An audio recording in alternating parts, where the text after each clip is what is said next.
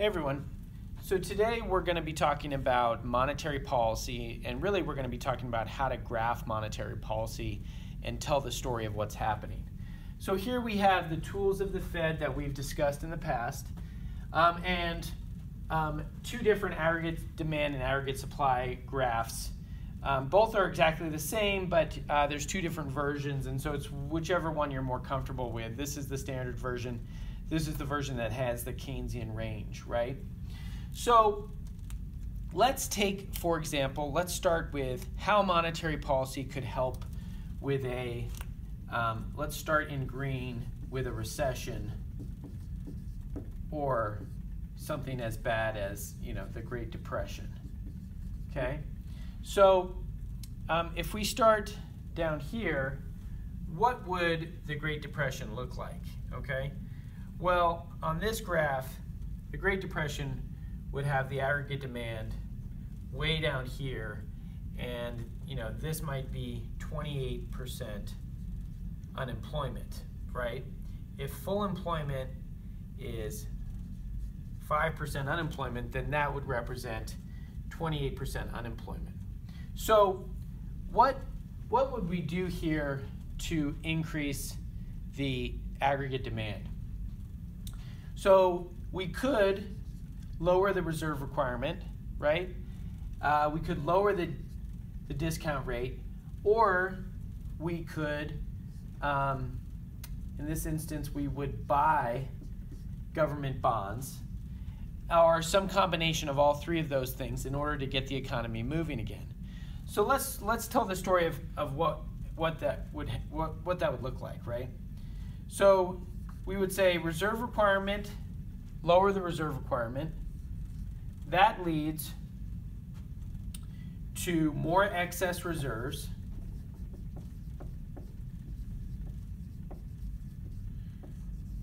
That, if they choose to lend those reserves, this will be more lending. The key there being if they choose to lend those reserves. And then that turns into an increase in the money supply. And if I keep looping that around, that will be lowering of interest rates. I'll explain that in a second. That leads to more consumption, more investment, and eventually more aggregate demand, right? So then we get an aggregate demand curve that's shaped like that. Well, let's take a moment and let's analyze this part of this equation right here. How did that happen? How did an increase in the money supply lead to a lowering of interest rates? So let's jump in here for a second, and we're going to add a new graph to your understanding, and it's called the money market graph. So what we have here is money demand. Just like any demand curve, it's the demand for money. This is the quantity of money on that axis. And on this one is interest rates. And the reason for that is that at higher interest rates, the quantity of money demanded is going to be less. And at lower interest rates, people are more willing to hold cash because you don't need to have it in the banks if the interest rates aren't very high. So that's why the demand curve is shaped like that. But the money supply is vertical. Now you might think, well, why is that vertical? And it's vertical because it's set by the Federal Reserve. So what is in fact happening here is when the banks get more excess reserves and they do more lending, they are increasing the money supply. And we know that that's true because we've studied how banks create money, and they create money through loans. And we saw how money is created basically out of thin air when loans are given out. So if lending starts happening, the money supply increases, and let's look at what happens to the interest rate. Okay? The interest rate decreases when the money supply increases, right? And that should make sense. If there's more money out there, then the banks should not be charging as much interest for loaning it out, right? They've got to entice you to take some of this money in loans, right? So that's that graph right there that causes this. And obviously you guys as consumers understand that when interest rates are lower, there's going to be more consumption, more cars purchased, more investment, more buying machines for your businesses, and eventually more aggregate demand, okay? So if we take that idea and we just do everything in reverse, okay?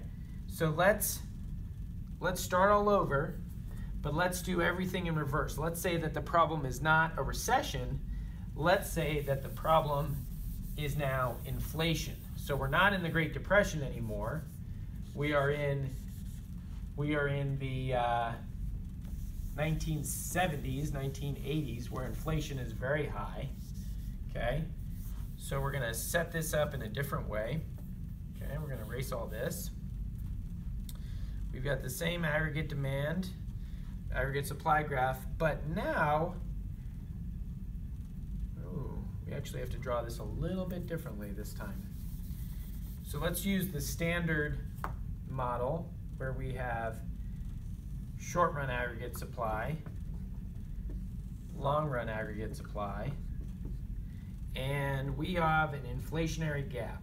So we're gonna put our aggregate demand way up here, okay? So we have what's called an inflationary gap, right? Here's 5% unemployment, so we might be at 2%, and we have an inflationary gap, and we have to get this aggregate demand to come back this way. So what, using just monetary policy, could we do? Well, we could raise the reserve requirement, right? We could raise the discount rate, or we could sell government bonds instead of buying them, right? So let's use this one this time, okay? Let's see what happens. So the monetary policy is we're going to sell bonds, and let's go through what happens, right? So we sell bonds, and in that instance, the Federal Reserve is taking people's money, $1,000 here, $10,000 here, and handing them a piece of paper that they cannot go into the stores and buy, right? So they're selling bonds, and that lowers excess reserves in the banks, right? Because now the Fed is holding it. They're not letting the banks have it. So that means lowers excess reserves. That means loans go down, right? Less loans. And then that means that the money supply goes down. So let's come back up here to the money supply graph and see what happens here. So we've got money supply and money demand, right? And we just said that there are less loans, so the money supply is decreasing, right? It's shifting to the left. Well, what's happening to the interest rates?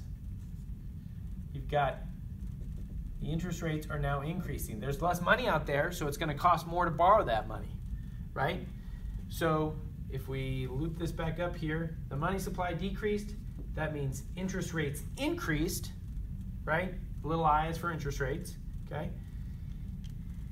And that means that consumption is going to go down, and investment is going to go down, and eventually aggregate demand is going to go down. All of those steps in order to get this aggregate demand to work its way back to long-run equilibrium, okay? So that's basically the graphing of monetary policy.